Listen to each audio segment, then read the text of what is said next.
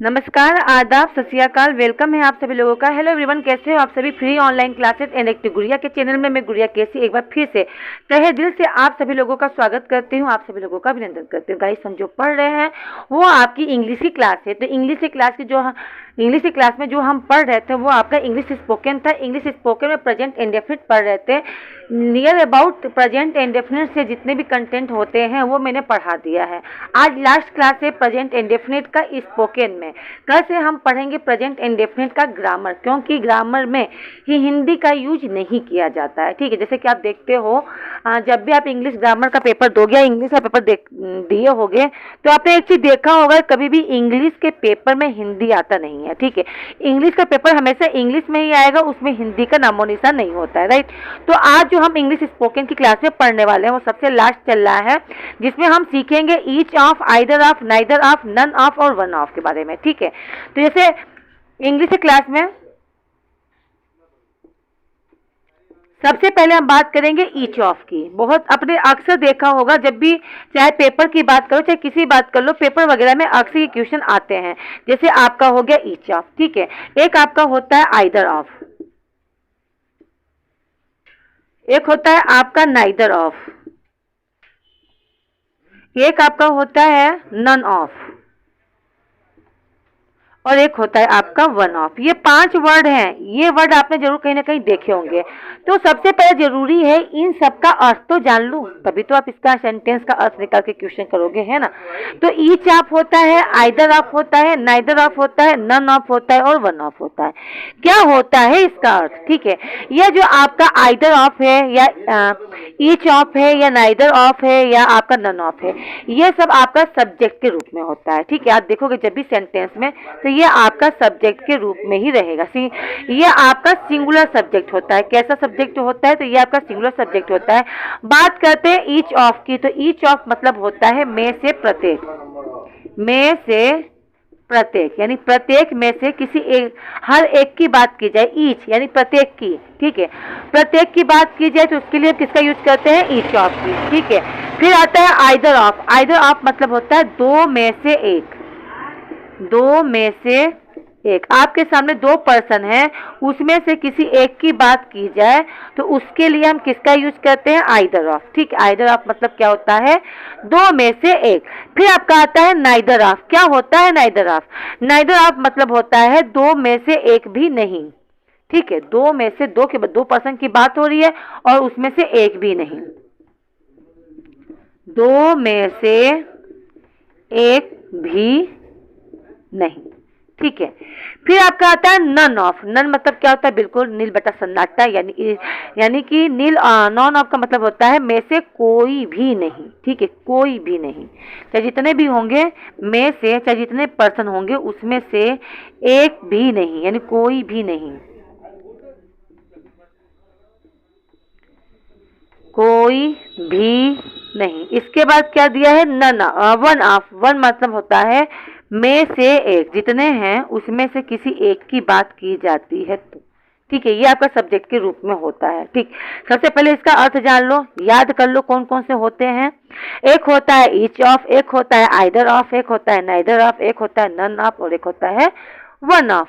बात की जाए आइदर ईच ऑफ की, तो ईच ऑफ मतलब होता है में से प्रत्येक, आइदर ऑफ मतलब होता है 2 में से एक, नाइदर मतलब होता है 2 में से एक भी नहीं, और नन मतलब होता है में से जितनी भी संख्या उसमें से कोई भी नहीं, और नन वन ऑफ का मतलब होता है जितनी भी संख्या उसमें से किसी एक की बात हो रही है। ठीक है, तो ऐसे के साथ क्या लगना चाहिए, तो आप देखोगे जब भी ये से वर्ड आएंगे, चाहे आप ईच ऑफ की बात करो चाहे आइदर ऑफ की, तो ऐसे वर्ड के साथ आपको लिखा हुआ दिखाई देता है क्या, THE द, आपको अक्सर दिखाई देगा। क्या दिखाई देगा, द।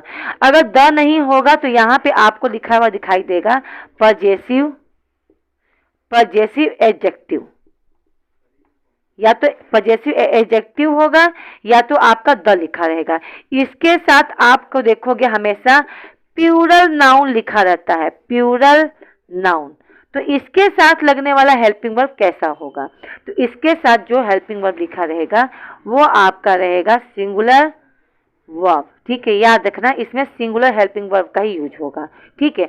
ये word each of, either of, neither of, none of, one of, इसके बाद आपको क्या मिलेगा, तो इसके बाद आपको मिलेगा द, इसके बाद आपको लिखा हुआ क्या दिखाई देगा, द, और द के बाद क्या रहेगा, प्लूरल नाउन, ठीक है। और उसके बाद जो लगता है हेल्पिंग वर्ब वो आपका सिंगुलर होगा, याद रखना सिंगुलर ही होगा, प्लूरल नहीं होगा। जैसे अब मैं आपको एक एग्जांपल दूंगी तो आपको चीजें क्लियर हो जाएंगी। जैसे मैंने लिखा मान लो ईच ऑफ द स्टूडेंट्स, ठीक है, फिर यहाँ पे मैंने खाली स्थान कर दिया, यहाँ भरना है, फिर दिया वर्किंग हार्ड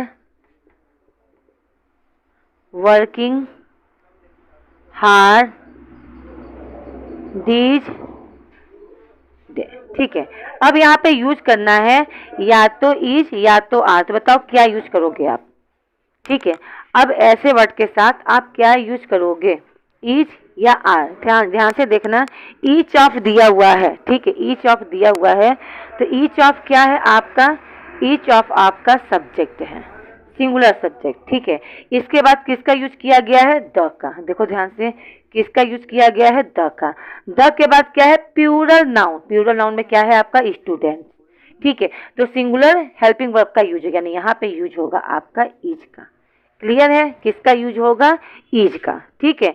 यानी कि कहने का मतलब यह है, रूल्स ये कहता है इनमें से कोई भी, ठीक है, इनमें से कोई भी यहाँ पे रहता है तो इसके साथ आपका होता है टी द का यूज करते हैं, या तो किसका यूज करते हैं, पैसिव एडजेक्टिव का, ठीक है। फिर इसके पास किसका यूज करते हैं, प्लूरल सब्जेक्ट का, प्लूरल जो भी रहेगा आपका नाउन रहता है वो कैसा रहेगा, प्लूरल रहेगा, ठीक है, नाउन। और इसके बाद जो रहेगा आपका सिंगुलर वर्ब यूज किया जाता है, ये आपका रूल्स है, ध्यान से देख लो, ये क्या है, ये आपका रूल्स है, इसके अकॉर्डिंग हम काम करेंगे, क्लियर है। ईच ऑफ द स्टूडेंट, यानी स्टूडेंटों में से एक, ठीक है, प्रत्येक मतलब हर एक की बात हो रही है, वर्किंग हार्ड, यानी हार्ड मेहनत, मतलब वर्किंग हार्ड मेहनत कर रहे हैं, काम कर रहे हैं, कैसा, कठिन दीज डे, इस दिन, ठीक है। इन दिनों प्रत्येक स्टूडेंट क्या कर रहे हैं, हार्ड वर्किंग कर रहे हैं, कठिन कार्य कर रहे हैं। आया समझ में, आई होप क्लियर होगा, क्लियर है। और देखो अब ऐसे ही एक दो सेंटेंस और करवा देती हूँ, ठीक है, आई होप क्लियर हो गया होगा आप लोगों को। अब आगे देख लो, ये तो पहला सेंटेंस रहा, दूसरा सेंटेंस देखो,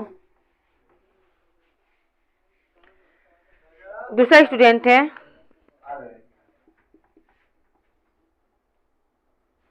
वन ऑफ माई फ्रेंड, ठीक है। फिर यहाँ फिलअप है और दिया है फिर इज या फिर दिया है आर, या तो इज या तो आर, क्या कर रहे हैं, वर्किंग, काम कर रहे हैं, वर्किंग इन दिल्ली नाउ, ये आपके सामने सेंटेंस दिया है, ठीक है। एक सेंटेंस और देखो, एक सेंटेंस है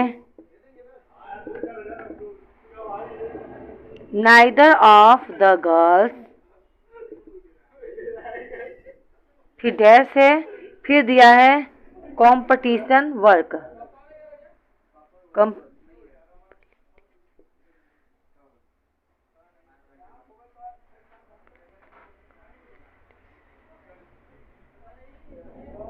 COMPLITE, हाँ, कंप्लीट क्या, द वर्क, ठीक है।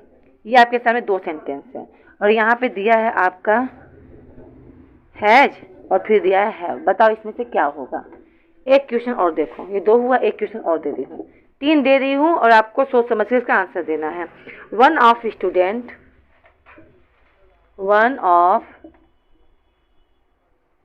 स्टूडेंट्स, ठीक है। फिर यहाँ डैश दिया हुआ है,